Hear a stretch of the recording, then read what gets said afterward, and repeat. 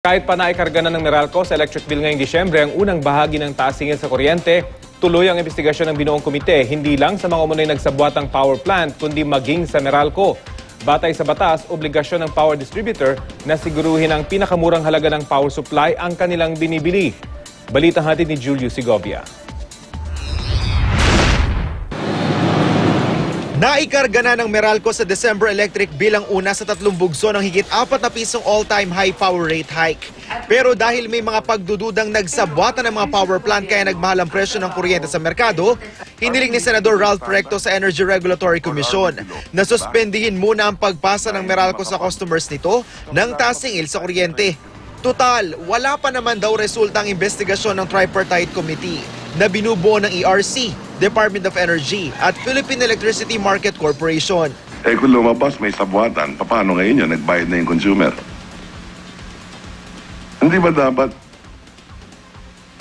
isang tabi muna yung rate increase habang hindi pa natin alam kung may sabwatan o hindi?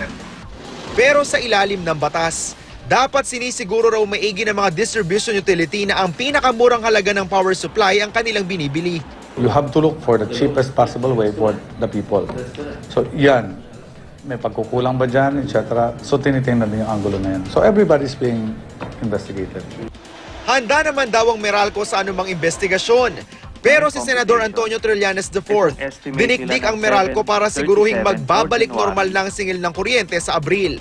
Kailangan pag na-recover nyo na, technically, bababa na ho kayo. Opo, dapat inaasahan mo bababa na pa no, that's not good enough. We wish to assure Your Honor that there is no single centavo over recovery. Yung ERC, sana po gawin nyo yung trabaho ninyo. Kasi yung pagpasa ng high rates, kinakarga po yan ng mga kababayan natin.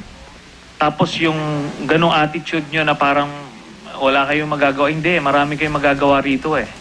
Ngayong tuloy muna ang pagpapatubad ng taas singil sa kuryente. Ang nakikitang solusyon ni na Senator Serge Osmeña Trillanes, ang paggamit ng bahagi ng Malampaya Fund para saluhin ang mahigit 9 billion pesos na itinasa generation charge na ipapasa ng Meralco sa consumers.